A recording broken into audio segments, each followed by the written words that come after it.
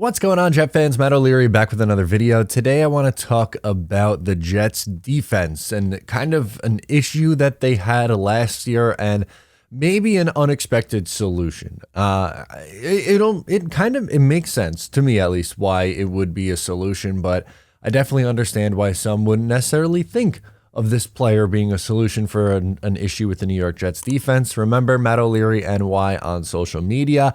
Also, please don't forget about the Talkin' Jets panel. New episode drops tonight at 8 p.m. So make sure to tune in. Myself, Ryan, and Greenbean, we're giving away a t-shirt. Potentially, we'll spin the wheel. It's a whole lot of fun. Make sure to check it out. So in 2022, the New York Jets had a very, very good defense. That was a major, major plus for the 2022 season and for the New York Jets. But there's one area where this team could improve, and that is creating turnovers. The Jets did not do that very well at all. They only had 16 takeaways last year, which for context is 29th in the NFL. Of those 16, 12 were interceptions, which 12 interceptions, you'd like that number to be a little bit higher.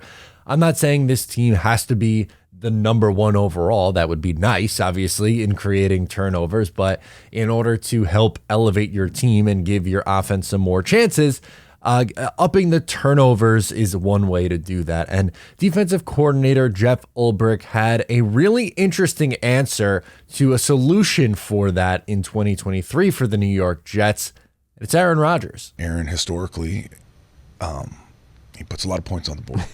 Yes, he does. To put it plainly. But and when that happens, we'll get more opportunities because guys will have to push the ball on us a little bit more. Now, think about it. I know, obviously, Aaron Rodgers doesn't play defense. We know he's the quarterback, but it makes sense why a quarterback like Aaron Rodgers will, in theory, then help your defense. So the goal of bringing in Aaron Rodgers is to score more points. Last year, the Jets were 29th in the NFL in points for on the season, which is dreadful. It's horrendous. It is bottom 4 in the NFL. No good. That is not going to be the case.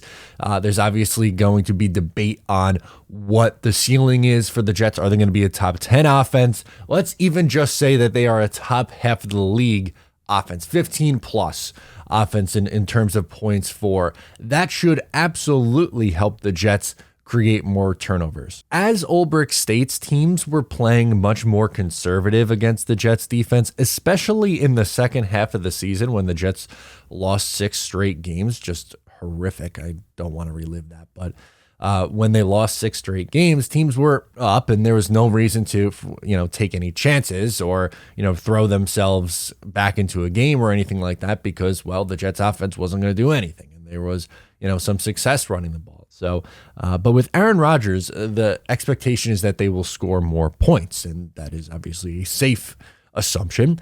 And in theory, teams will have to throw against them more and try to get themselves back into games, right? Like, obviously, if the New York Jets are up in a game, they are winning, and, hopefully they score more than 30 points a couple times this year. And with their good defense, they should have leads. And something that I'm really curious to see in 2023 is, one, can this defense create more turnovers? And then number 2, can the Jets' young running back room, for now it's young, maybe they had Dalvin Cook or another veteran, but can they close out games in the fourth quarter running the football?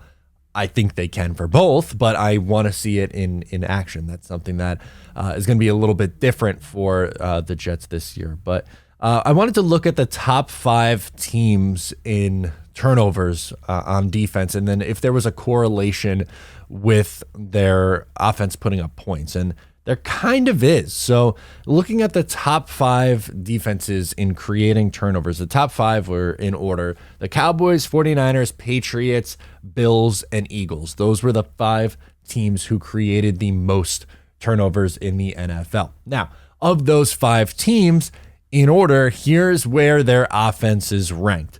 The Cowboys, in terms of points, I should say, in points for. The Cowboys were 3rd most points in the NFL, 49ers 6th, New England the outlier 17, Bills 4, Eagles 2.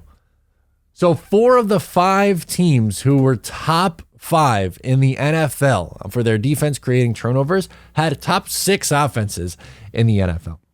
The Pats were 17, but Bill Belichick love him or hate him, and obviously Jet fans have a very difficult relationship with Bill Belichick. We hate him, but he is a great defensive mind, and even with his offense struggling, he was still able to create turnovers. His defense was still able to create turnovers because that's what they do. As I mentioned earlier, the Jets offense, 29th in points for. They were also, what did I say earlier? Was it also 29th in the NFL in takeaways? It is. That is something that has to improve. And Sauce Gardner said that he was working on, creating more turnovers. That's an area where he could even improve his game. I believe he had 2 interceptions last year. Now, it's hard to create turnovers when teams aren't throwing your way. But some of those passes defended can turn into some interceptions. That'd be nice. And giving your offense extra possessions is always a good way to ensure that you're going to put up some more points, which is obviously the goal, right?